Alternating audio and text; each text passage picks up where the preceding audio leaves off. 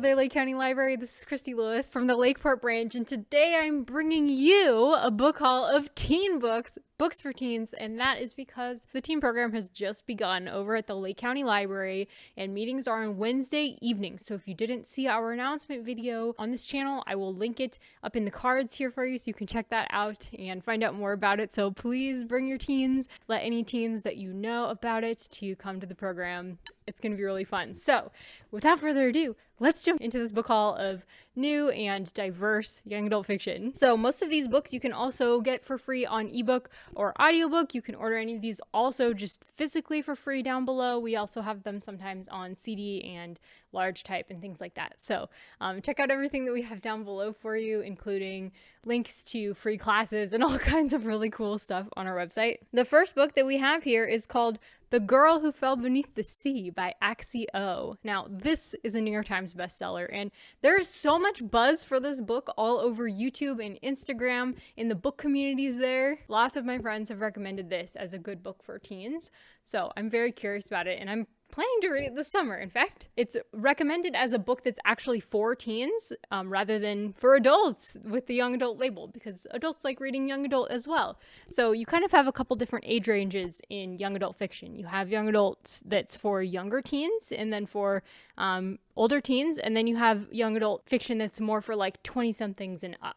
And this is supposedly in the more middle teen group. So pretty cool. It's exciting to find books like that. So this is a feminist retelling of the Korean folktale, The Tale of Shimchong, which I'm guessing because it's called The Tale of Shimchong, and that's the older brother of the protagonist of this book, I'm guessing that what the feminist portion means is basically that the sister has taken the place of the brother in this myth. This is the story of Mina, who throws herself into the sea to save her brother's life because her brother's bride-to-be has been chosen as the bride for the sea god. So they're gonna throw her into the sea, and Mina's like, that's not gonna happen because my brother's just gonna follow her and then they'll both die. I would rather just do this myself. So she does it, and she's actually swept up into a world of spirits beneath the sea.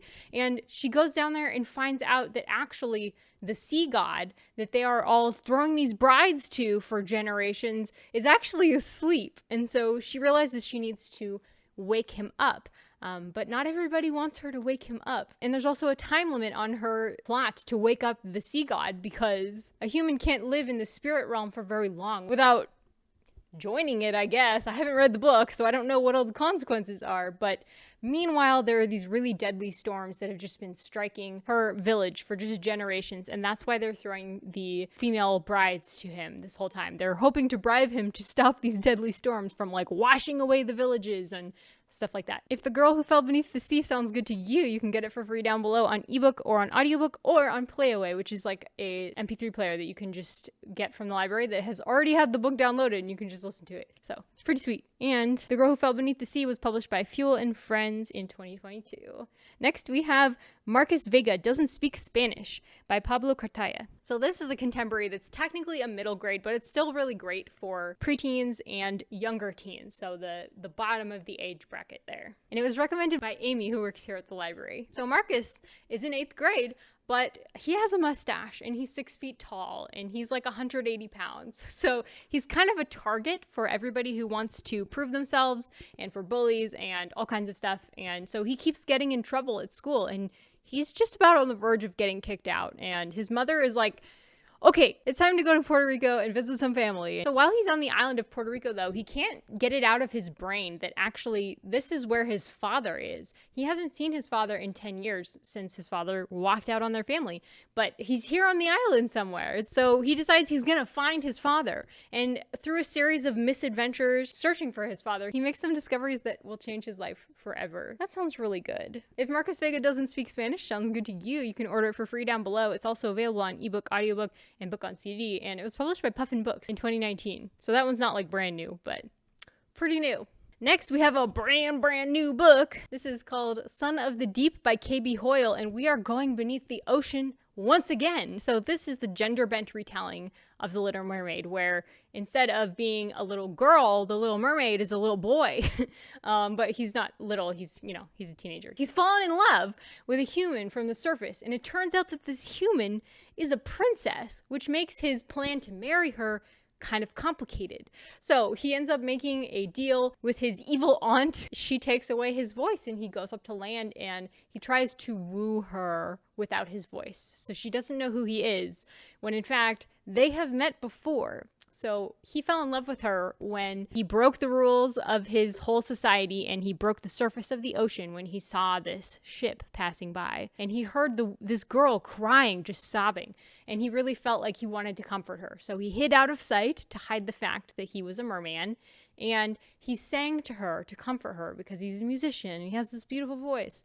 And the girl is very comforted and they talk for a while. And then she has to go back to land. When he comes to land to find her and marry her, she's like, but you don't have a voice, so you're not my boy from the sea.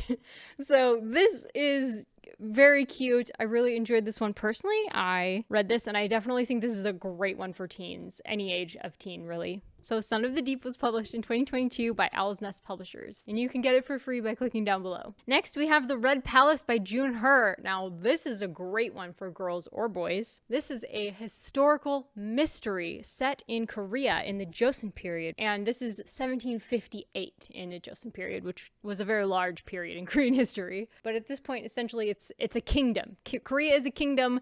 There is a crown prince, and this story is actually inspired from some legends about crown prince who was killed in a very bloody and violent way, but really that's just inspiration. This story is following a nurse who was born illegitimately by one of the nobles in her city. So she has become a nurse and she's worked her way into the palace as a nurse. It's a very good position for her. She doesn't want to jeopardize it. One evening she is called to the crown prince's chambers and told that he is sick and he needs medical attention. So she's like, I've never seen the crown prince before. I have no idea why they're calling me, but I'm gonna go.